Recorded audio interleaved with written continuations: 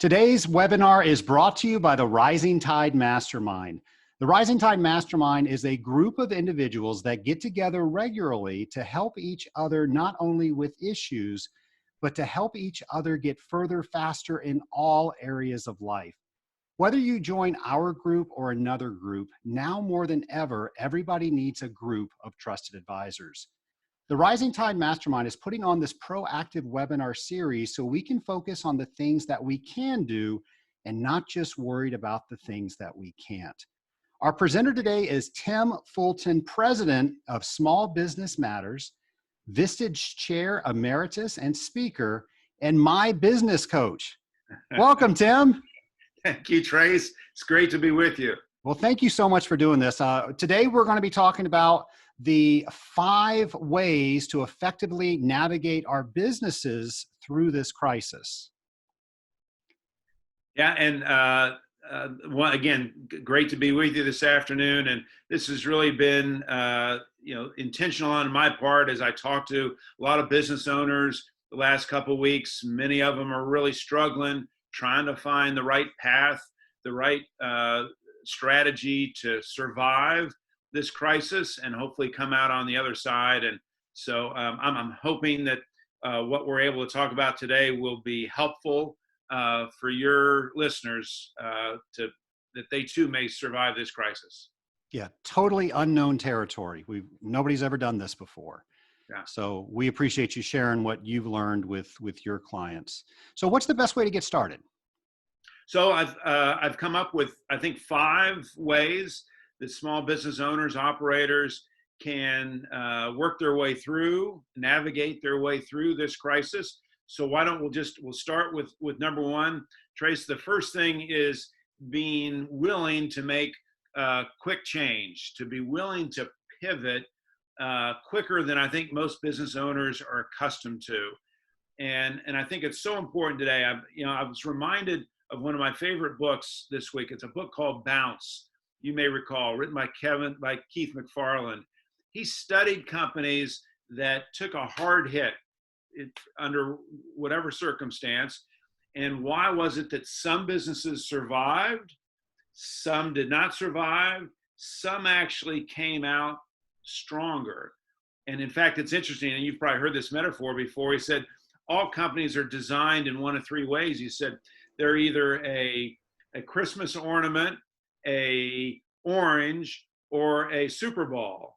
I thought, that's interesting. Christmas ornament, orange, Super Bowl. He said, think of it. If I drop a Christmas ornament from about, let's say, 6 feet, what happens to that Christmas ornament? It's going to shatter. Just shatters, right? Unusable from that point on. It's a mess. Some small businesses, when they find themselves in the middle of a crisis, they too implode. They too they don't survive, unfortunately. And we're seeing the statistic that I've seen, and this is a mind blower for me, that already about 25% of all small businesses have closed up due to the crisis. 25%. Think about that number. The second is the orange. If I drop the orange hits the ground, splatters a little bit, but it's still serviceable. I could still use its juice. I could still slice it up and take a bite out of it. It's still serviceable. So some small businesses are going to come out of this crisis. They're not going to be the same as they were before. They're going to be weaker than they were before, but they'll still be able to exist. Some. The third is the Super Bowl. Well, picture if I've got a Super Bowl about 6 feet off the ground and I drop it, that thing hits the ground and then bounces up even higher than when I started with it. Some small businesses, according to McFarland, is when they go through a crisis like this, if they're organized properly, they not only survive, but they excel on the backside of the crisis. Now, wouldn't you and I love to be one of those businesses? Well, when he studied these companies, what he found was these Super Bowl companies, they were highly resilient companies, meaning, they could take a hard hit and keep going. And one of the things that caused them to be so resilient was their willingness to make changes almost on the fly. And Trace, the changes I'm talking about could be a product change, we've been selling this product, and now we're going to sell this product. A change in markets. We've been selling domestic, we're going international. I've been selling to private companies. I'm now going to sell to the federal government. I was talking to one of my clients just this morning, and that's what she said. She says, our business has been historically split between small companies and government business. She said, we're shifting towards government business because we think they're going to be around at the end of this. We don't know that about, small businesses. So being willing to change products, change markets, change design of the company, change the way the companies operate. If I had suggested to you, Trace, 2 months ago that the majority of all businesses were going to be operating remotely, what would you have said? I would have thought you were nuts. You would have thought you would have shut this thing down. You said, oh, he's a crazy man. Look where we are. Look how companies are operating today.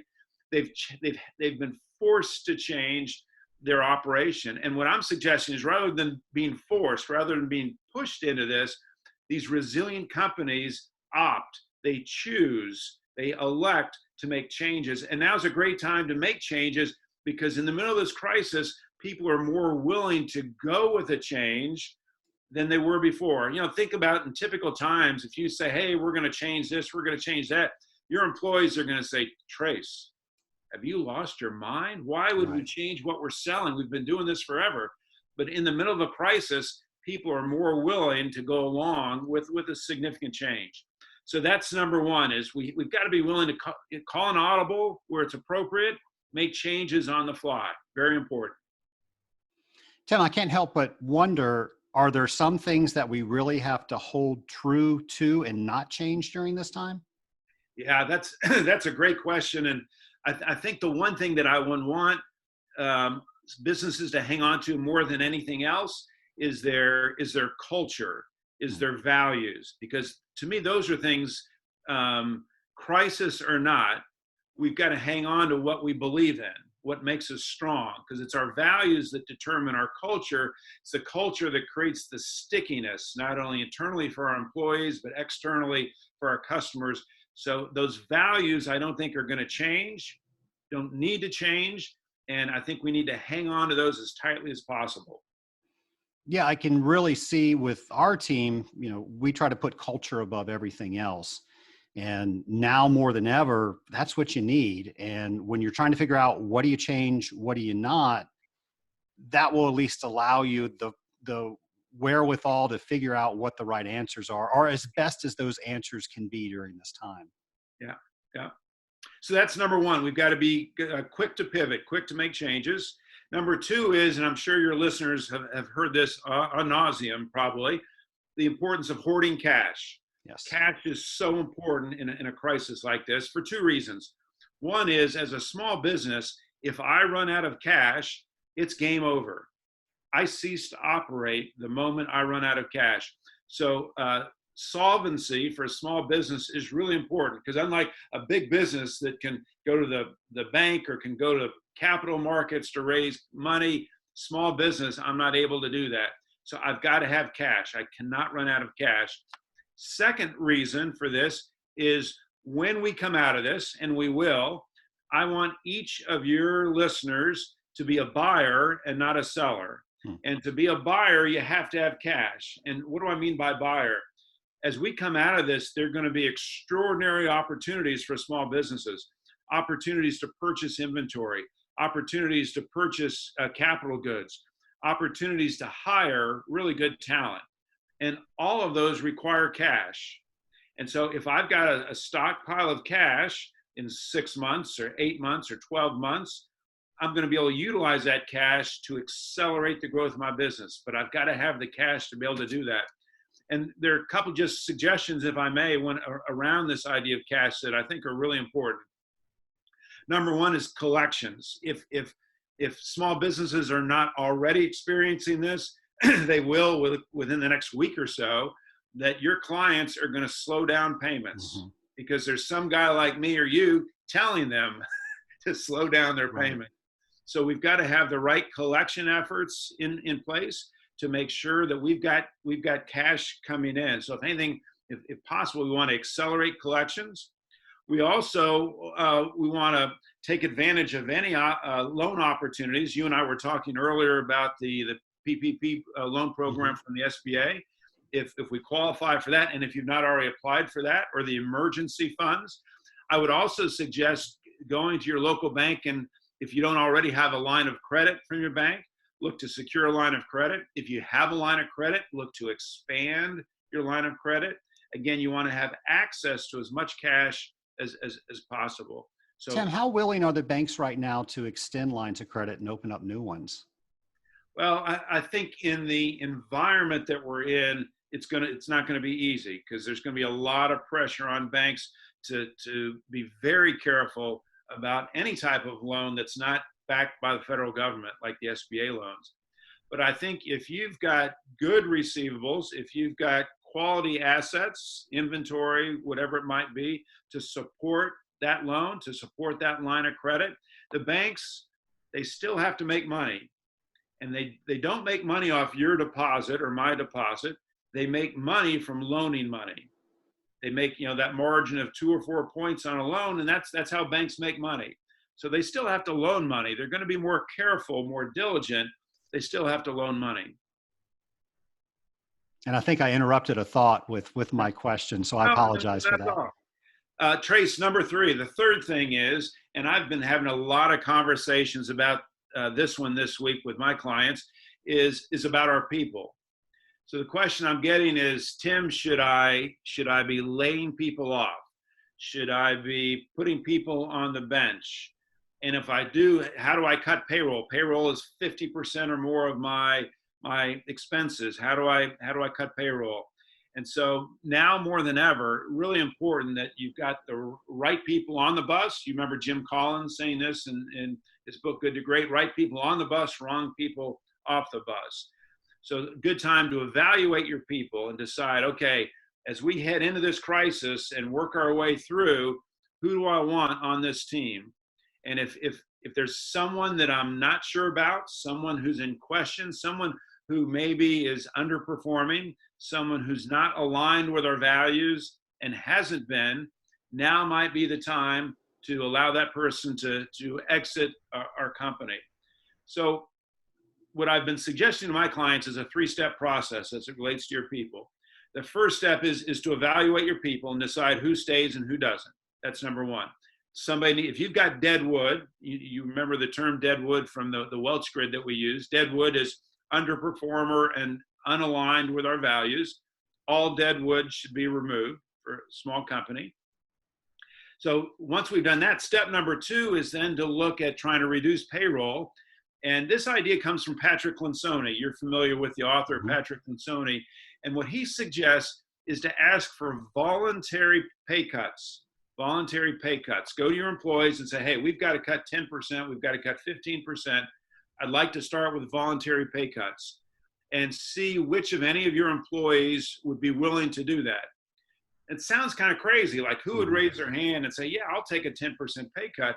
But what Lencioni suggested was that you'd be surprised that if you've got people who really believe in what you're doing and they want to support the cause within your company, he said you'd be surprised how many people will voluntarily raise their hand, knowing that maybe this person can't and this person certainly can't, but I can. So I'll take a short-term hit if that'll help the team. So step number 2 is a voluntary pay cut. Who's willing to do that? Third step is then involuntary pay cuts. And again, the amounts could be 5%, 10%, 15%. And it starts with the owner. The owner's got to be the first one to say, I'm in. I'm going to be the first one to take the cut. What I don't believe in is the idea that everyone is equal in terms of the employees within a company. And that's why I start with, okay, who do we need to have exit from the company? Because when we get to the pay cuts, at that point, we're pretty much assuming that everyone else who's left here is of almost equal contributor to the company. And at that point, then we look at across the board pay cuts. Not an easy thing to do, but for some companies, that's been their salvation. Tim, would you say if there's an employee that doesn't quite make the mark and you've held on to them a little bit longer, that now, you suggested now's the best time to get rid of them or to free them, I should say, to find something that they can enjoy. But with all the government programs that are out there, and as easy as it is for them to get those, is it now more than ever almost the polite thing to do for them? I agree with you. I think it is. The unemployment now, compensation for those that are unemployed is as good as it'll ever get. So if anything, they're in a better position that way. And Trace, more than likely, if they're not producing for your company, if they're not happy working for your company, it's a lose-lose. It's not good for you. It's not good for them as an employee. So why not give them the opportunity to go out and find something that will be a better fit? And what the science suggests that over 50% of the time, that individual will find a better job somewhere else, just not with your company. You made reference to the Welch Grid, and I know we've used that for years. You introduced me to that. You mentioned Deadwood. Do you mind going over the other quadrants? Sure. So this was Jack Welch when he was at GE back in the early 1990s. They were looking for a way to evaluate their people, and they decided there were two criteria that were most important. The first was an employee's performance. Are they doing what we expect them to do? The second was their behavior. Are they aligned with our values? Are they aligned with our corporate culture? So using those two, looking at job performance on the horizontal or the x-axis, and alignment and behavior on the vertical, the y-axis, we then can plot our employees onto this matrix. The upper right-hand quadrant, superstars, above average performance, above average behavior. We love those employees. Bottom right-hand quadrant, above average performance, below average behavior. Those are those employees that they're doing their job, but they're driving everybody crazy, right, within the company. Sometimes, I hear about salespeople, right? They're hitting their sales quota, but they're driving people in operations crazy. They're driving the CEO of the company crazy, and yet we're afraid to let go of them because they're performing. Well, the reality is we tend to overlook what the impact of that bad behavior is, not only internally, but externally as well. So my advice is if you're going to start making cuts, start with the upper left-hand quadrant. Let me finish that and I'll come back. Upper left-hand quadrant, below average performance, above average behavior.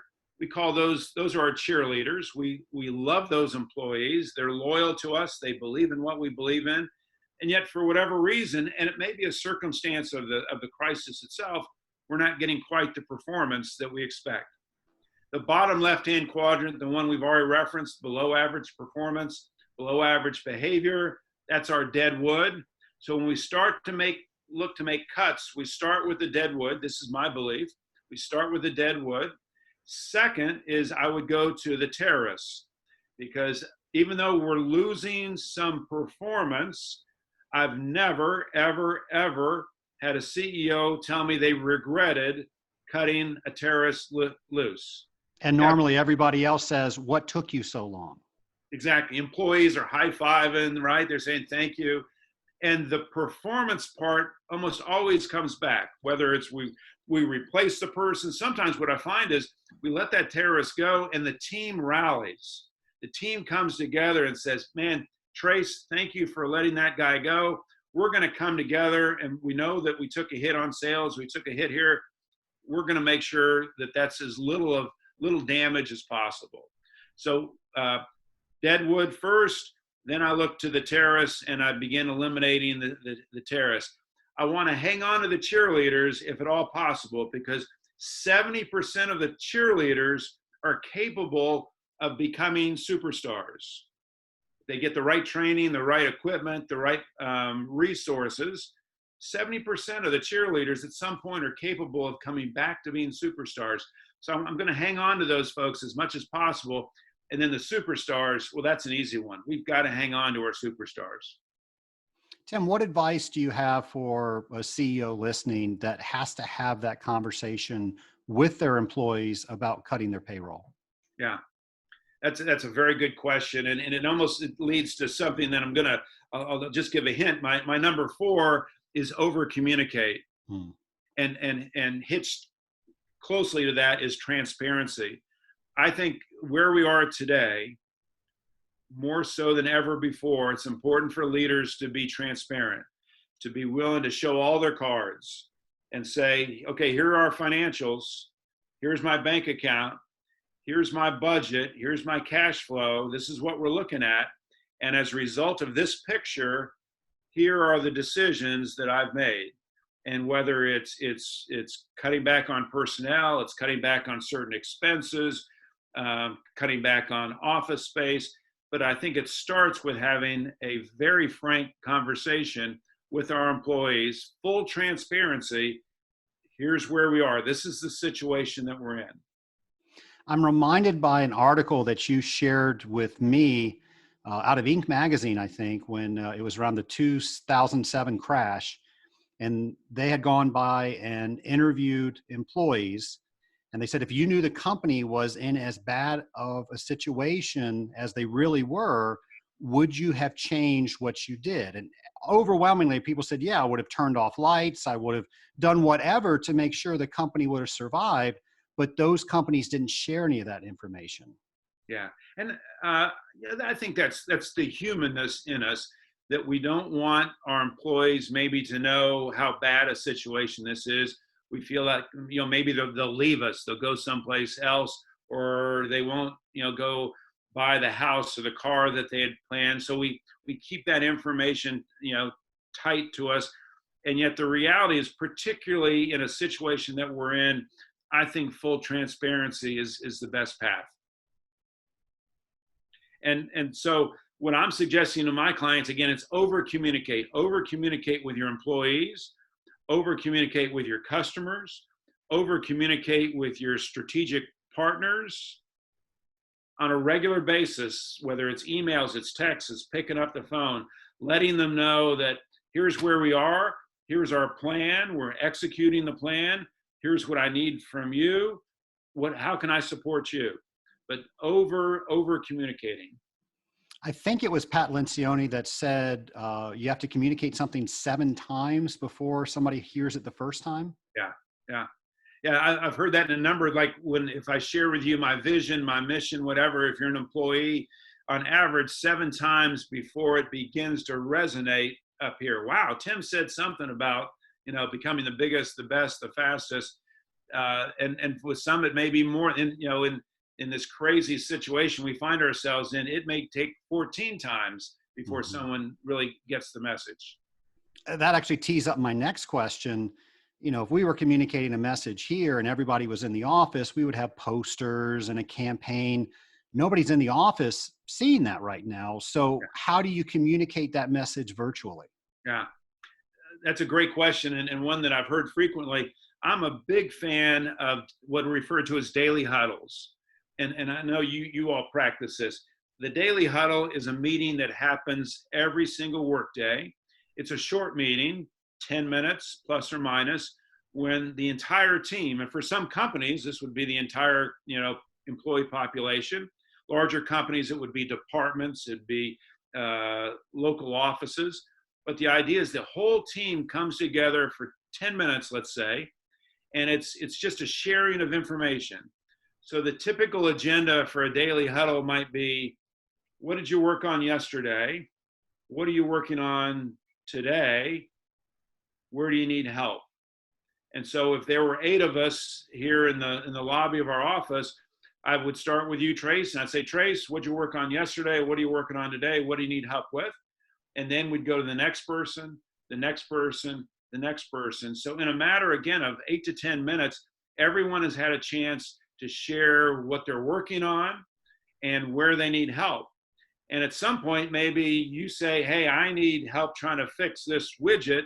And somebody raises their hand and say, Trace, I got you on this one. After this meeting, let's get together. We'll figure that out. So there's no discussion during the team meeting. It's strictly a sharing of information. But when done right, and it takes time to create a rhythm with these daily huddles, but when done right, what I hear from people is just amazing in terms of the openness and the communication and the flow of communication that's taking place amongst employees. Because you think about it, if we don't have these daily meetings, and let's say there are 8 employees, So instead of one meeting, now there'll be, if my math is right, 164 meetings, right? Between each person, Right. 164 meetings. How much time is being consumed by those 164 meetings that can all be done in 10 minutes in the daily huddle? So I'm a big fan of the daily huddle. It's a great way to kind of kick off the day, get everybody on the same page. I think that's a good starting point. That's great advice. So number 4 again was communicate or over communicate. Over communicate, full transparency. And then number 5, I'm kind of a marketing guy. I'd be remiss if I didn't talk about marketing. And my message here is very simple. Don't stop marketing. It's so easy when we get into a recession, a down in the economy, a crisis. Small businesses, for whatever reason, they're looking to cut costs in many cases, and they're looking at their P&L statement and they see, wow, marketing, we're spending X amount on marketing. We'll just hit the pause button on marketing just for the time being. Who needs marketing, right? In a down economy. And I think that's very unfortunate because in some cases, we should be amplifying our marketing during a downturn. And I say that for a couple different reasons. One is, if you think about it, in a strong economy, who's doing marketing? Everybody. Everybody's doing marketing because they've got cash. They're here and they want to get here. So everybody's investing in marketing in a good economy. So there's a lot of noise, right? Everybody's talking, everybody's marketing. Well, what about in a down economy? How many people are really marketing in a down economy? The sad answer is, again, many small businesses stop marketing. So there's a lot less noise in the downside of an economy, less chatter. Well, I don't know about you.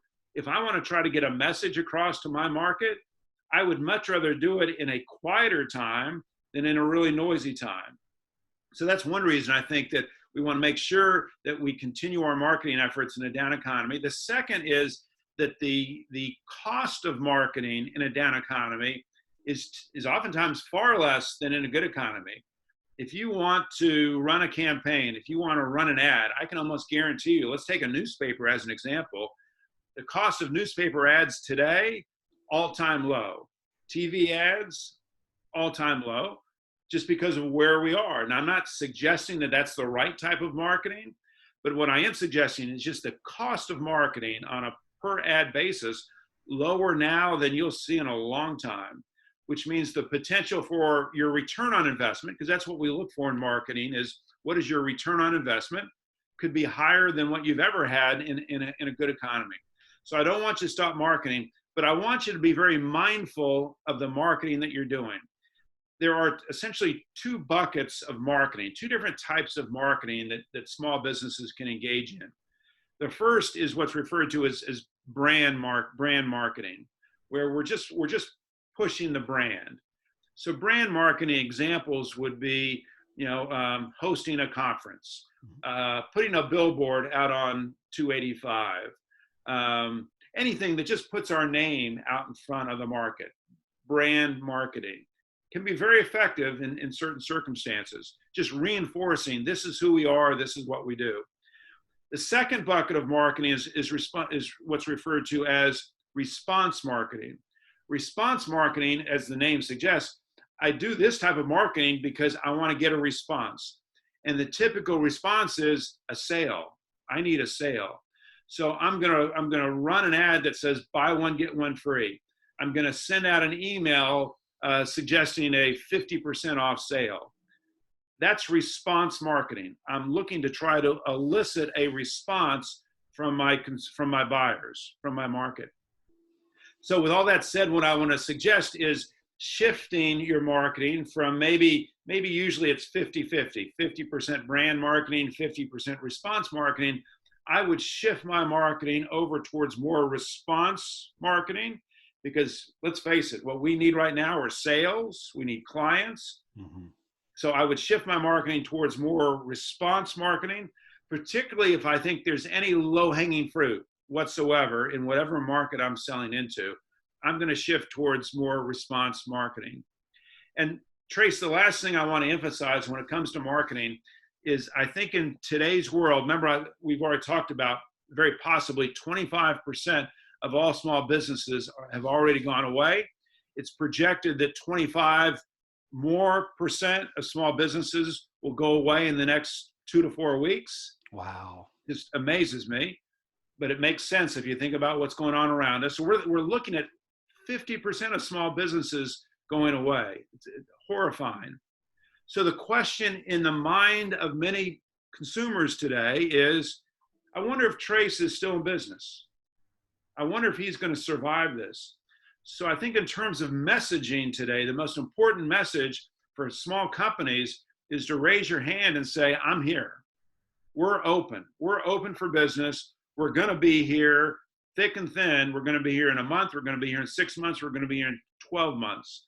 I think that's the most important message for small business today, is just letting the market know that we're open for business, whatever, and pick the appropriate strategy, the appropriate tactic to communicate that.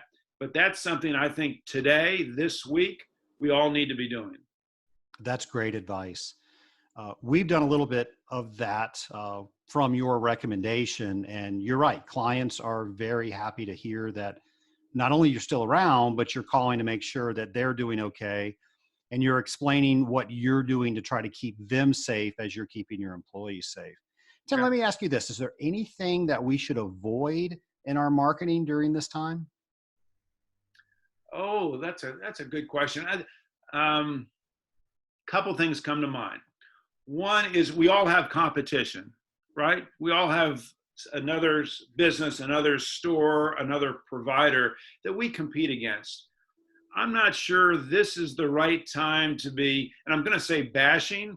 I'm not sure this is the time that I want to be saying anything negative about my competitors in any shape or form. And I'm all about competition. You know, you and I both, we love to compete, but in this environment, if anything, I'm looking to partner with my competitors. I certainly don't want to upset them by saying something or doing something that would appear to me trying to one up a competitor. So I think I'm going to be really mindful of that in my marketing. Also, I think I don't want to overlook that in today's world, some of the most important marketing, you know, most of the marketing that we think of is external marketing to our outside customers, our buyers. I think in today's world, just as important is internal marketing. Internal marketing is what we do inside of our company with our employees, the messaging to our employees, maybe even to our vendors, internal marketing. And I want to make sure we don't lose sight of that, the importance of that, as well as doing external marketing. I also think I want to be very careful about my pricing, because I think for some businesses, there's an opportunity to gouge relative to price. You and I have seen that, right? You go to the grocery store and paper towels are now $100 a roll. What's up with that? Right. Well, they're gouging us, and it's simple to see that, and they may get away with it short term, but you and I are taking note of that company, and 6 months from now, 12 months from now, we're not going to do business with those guys. So while I think there are opportunities for some companies to gouge in their pricing, I'd be very careful of that. Tim, if a customer calls and they want a discount to help them out, what advice do you have?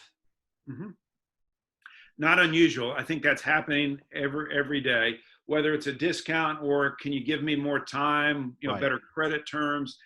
And I think going back to transparency, I think that holds true with our customers as well, as helping them understand that, you know, we're in this too.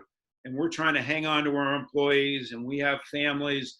We're trying to survive this disaster. So I'll work with you because you're a partner. I want you a customer today. I want you a customer a year from now. So it's adopting that instead of a transactional mentality, it's more of a partner mentality, that I'll help you if I can now, if that means a slight price decrease. But remember, you and I are going to be in this long term. And if this is a one-off, if this is a one-time sale, I'm not sure I'm going to be as willing to do that. But if you and I are in this together, I'm going to do whatever I can to help you. So I think it's a mindset. I think it's also segmenting your customers and understanding which of your customers are long-term customers, which of them are more transactional, where your margins lie as well with those customers, and then making informed decisions. Tim, earlier you mentioned, I believe it was number 2, to hang on to our cash. Is there any situation where we're hanging on to cash we shouldn't be? We should be paying something? Yeah. I heard, was it today, that as of what's today, the 10th of April, 1/3 of companies had not paid their rent yet for whatever space they have. Trace, there's always this balance between trying to hang on to cash, slow down our vendor payments, and yet not negatively impacting that relationship Right. that I have with that partner. Again, whether it's my landlord, it's my primary supplier of my goods, my payroll company. And so there's that balance in terms of wanting to ask for a better price, trying to cut a cost, and not impairing what I hope to be that long-term relationship. But I'll give you one example when it comes to insurance, because I know when I was in business early on, I hated paying for insurance. I did. So every time I met with my insurance agent, we'd look at the different coverages, and I'd say, well, do we really need this? Do we really need that coverage? Do I need that umbrella policy? And I'll never forget, this was I'm dating myself. This was 1991. And I had a small business, and we were looking at insurance. And one of the coverages was something I really didn't know much about. It was called business interruption insurance. And it wasn't costly. It was like a couple $100s. And I remember asking my insurance agent, I don't see that I would ever need business interruption insurance. What could ever cause this business, like a natural disaster that would cause this business to close? And my insurance agent, to his credit, said, Tim, if you don't take that policy, I can't write the big policy. I'll walk out before I allow you to drop that. I can't allow you to do that. And I said, okay, keep that stupid business interruption policy. 1 year later, Hurricane Andrew, and my experience during Hurricane Andrew, business got wiped out. Had we not had that business interruption insurance, I may not be here today to share this story. So my point is that sometimes it's those little expenses that we think, well, I don't need to spend that dollar. I want to be very careful, because in some cases, that small investment can have a huge return. We just want to be careful and listen to the professionals, whether it's an insurance agent, your attorney, your CPA. If he or she says, Tim, we better hang on to that expense, I should listen to that. And now more than ever, we should be talking with those people to make sure we've got the best information to make these decisions. Yeah, absolutely. Yeah. Well, so Tim, we started off this conversation, I think, as maybe a Christmas tree ornament. Yeah. And now we've got some tools to make us a Super Bowl. So I really appreciate you sharing this. You're welcome. If people want to, I can't remember the book that you mentioned. I've read it, but I don't remember the name that you mentioned. The book is called Bounce. That's right. And the author is Keith McFarland. So we'll make sure to put a link so people can find that. Anything else that you recommend reading during this time? I always get my reading list from you. Why shouldn't everybody else? Trace, I'd take it a step higher, and just encourage people to be reading. Okay. It's such a stressful time and such a difficult time.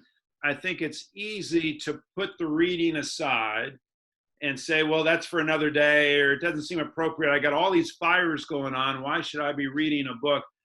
And yet I find for myself that I'm trying to devote at least a little bit of time every day to some type of reading. One, just to nourish this brain that's on fire most of the day, and to continue to sharpen the saw, so to speak. So I would encourage your listeners to find a good book, and whether it's a business book or it's a pleasure book.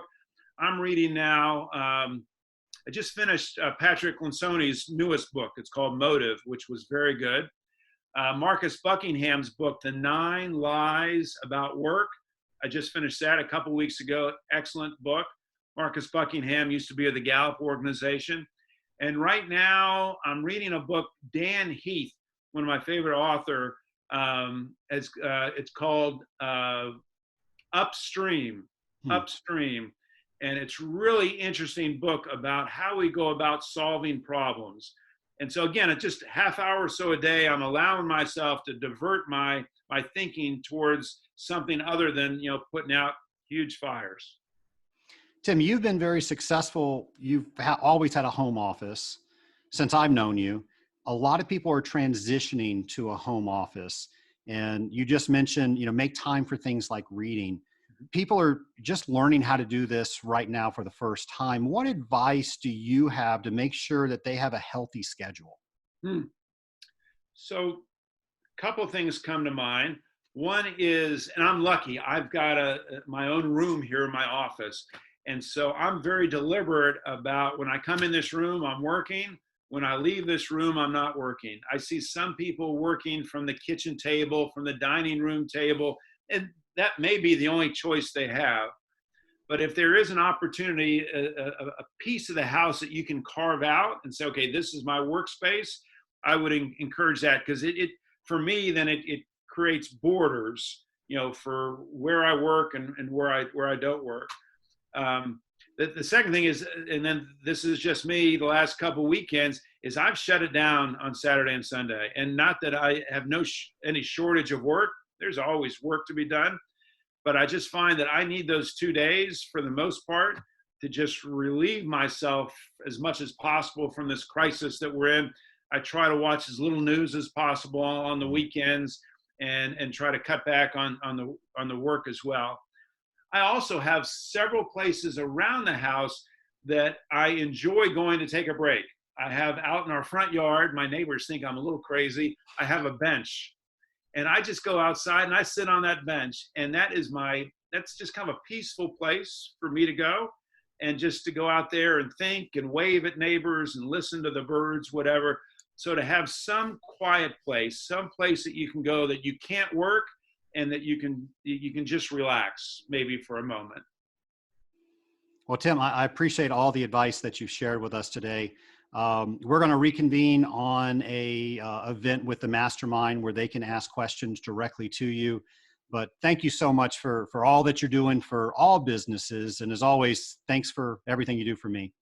Trace, you're welcome. And hey, you're doing the heavy lifting. You are the one that's doing so much for your clients, your groups. They're very fortunate. They really are. Well, I appreciate that, Tim.